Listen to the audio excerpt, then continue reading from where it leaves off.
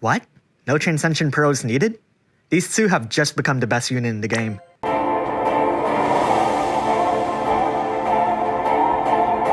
Charlotte and Physalis' Trustmaster reward is a materia that increases your unit's attack if they're holding a sword, a gun, and further increases their equipment attack if they're dual wielding. It's not especially powerful, but it's great for what could potentially be a free Trustmaster reward. Their Super Trustmaster reward, the Gun Shield of Grand Shout, is probably the greatest thing to be invented after the legendary Sword Bow. It supposedly boasts heavy defensive properties, but if you ask me, they sacrificed way too much firepower for such a negligible trade-off. But, well, it's free, I guess. Alright, onto their active abilities. First off, they have Raise, though they don't have anything else to pair it with. Their attacks here chain with Boasting Strike. Knight's Incorruptible Blade is a brave ability that deals damage.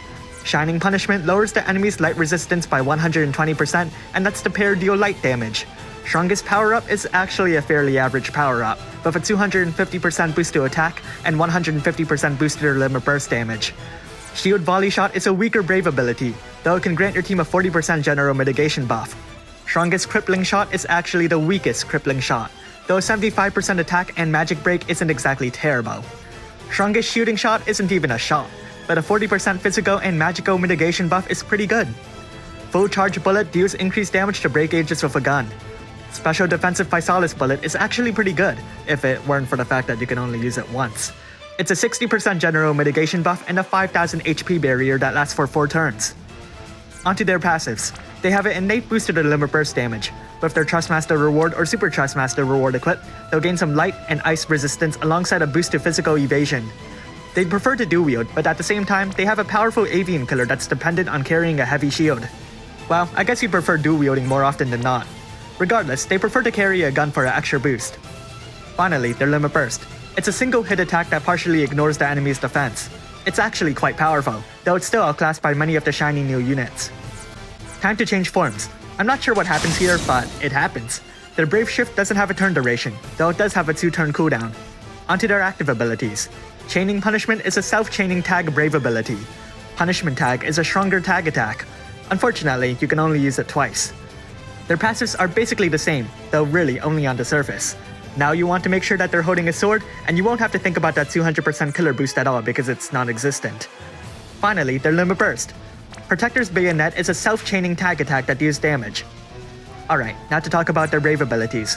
Depending on your current units, you may or may not want to prioritize Shield Volley Shot to boost that mitigation buff. Otherwise, feel free to go ahead and raise Knight's Incorruptible Blade and Chaining Punishment to raise their damage. Chaining Punishment is the weaker of the two, but it can chain by itself, so there's some food for thought.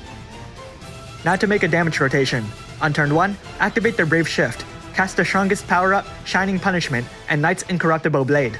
On turn 2, triple cast Knight's Incorruptible Blade. On turn 3, double cast Knight's Incorruptible Blade and cast Punishment Tag. On turn 4, switch back and activate their Limit Burst. And now we're pretty much done. The following rotation is pretty much the same, thanks to the fact that their buff abilities are available in both forms.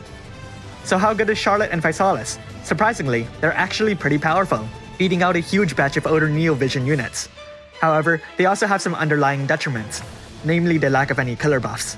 Sure, they do have a bird killer, but that's about the extent of it. If you're going up against a certain trial, you may prefer bringing along a more skilled unit. But on another note, they have plenty of support capabilities, with the ability to chain by themselves in their Brave Shift, provide a necessary spread of mitigation, an acceptable 75% attack and magic break, the ability to cap a chain if you'd like, and the last resort raise. All in all, the pair make for a powerful duo, and with the fact that they're so easy to raise, you wouldn't want to miss out on getting them while you can.